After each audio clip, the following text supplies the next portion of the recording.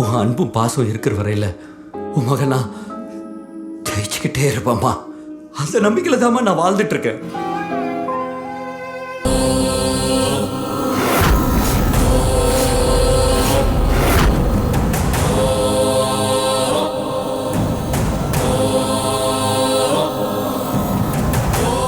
இங்க பாரு ஆவுடை, மனுஷங்களுக்கு வர்ற கனவுகளை 3 வகையா பிரிக்கலாம்.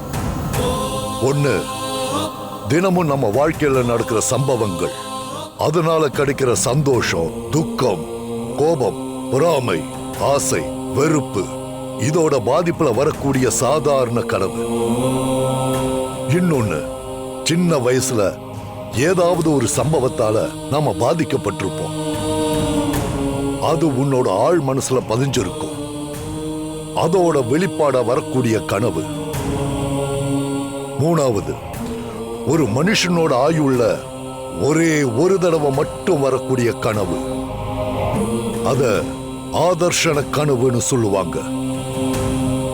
அவங்க வாழ்க்கையில அந்த கனவுல வந்த விஷயம் நல்லதோ கெட்டதோ அது கண்டிப்பா நடக்கும், நடந்தே தீரும். அது கனவு கண்டவங்களோட கர்மாவோட சம்பந்தப்பட்டது.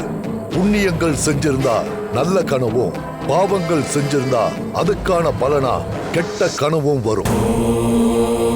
உனக்கு வந்திருக்கிறது இந்த ஆதர்ஷன கனவுதான். அப்போ நான் பாவம் பண்ணிருக்கேன், அதனாலதான் இந்த கனவு வந்துச்சுன்னு சொல்றீங்களா? இந்த உலகத்துல பாவம் பண்ணாத மனுஷங்க யார் இருக்காங்க ஆவுடை? இது பாவம், இது புண்ணியம்னு யாரால சொல்ல முடியும்? பாவமும் புண்ணியமும் கலந்ததுதான் வாழ்க்கை. மேடு பள்ளங்கள் நிறைஞ்ச இந்த பூமியை போல பாவ புண்ணியங்களோட நிறைஞ்சதுதான் மனுஷனோட வாழ்க்கை. ஒரு பாவத்தை பண்றோம்னா அதுக்கான மூல காரணம் நியாயமானதா கூட இருக்கலாமே. நீ என்ன பண்ணுனன்னு உன் மனசாட்சிக்கு மட்டும் தான் தெரியும்.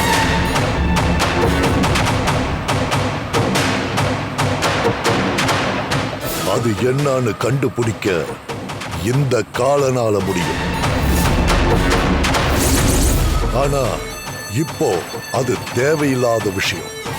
நாம இப்போ அந்த கனவு விஷயத்துக்கு வருவோம். ஆக கனவு கண்டது கண்டிப்பா நடந்தே தீரும். என்ன சொல்றீங்க? அந்த உருவம் வாளால என்ன வெட்ட வந்துச்சு. ஆமா, அந்த சம்பவம் நடந்தே தீரும்.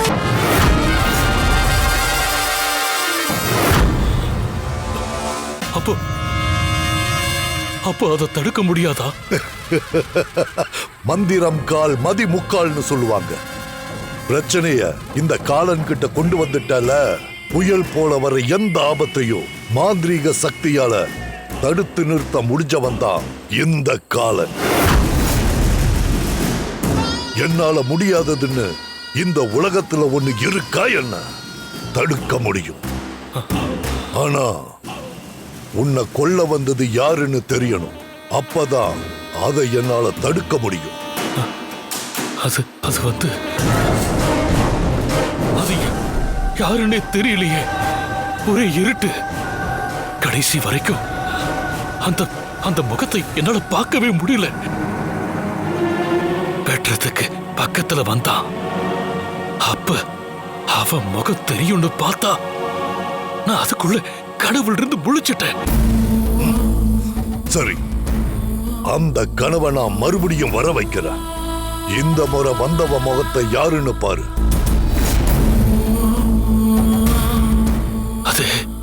அதே கனவை மறுபடியும் வர வைக்க முடியுமா? என் மந்திர சக்தியால வர வைக்க முடியும். அதுக்கு நான் உன்னை ஆழ்நிலை உறக்கத்துக்கு கொண்டு போகணும். ஆனா அப்படி போறதுக்கு முன்னாடி நீ அந்த முகத்தை பார்த்தே ஆகணும்னு உன் மூளைக்கு தொடர்ச்சியா உத்தரவு கொடுத்துக்கிட்டே இருக்கணும். ஒரு வைராக்கியத்தோட தீர்க்கமா உத்தரவு கொடுக்கணும். அப்படி கொடுத்தா உன்னால அந்த முகத்தை பார்க்க முடியும். இப்ப நான் உன்னை ஆழ்நிலை உறக்கத்துக்கு கொண்டு போக போறேன்.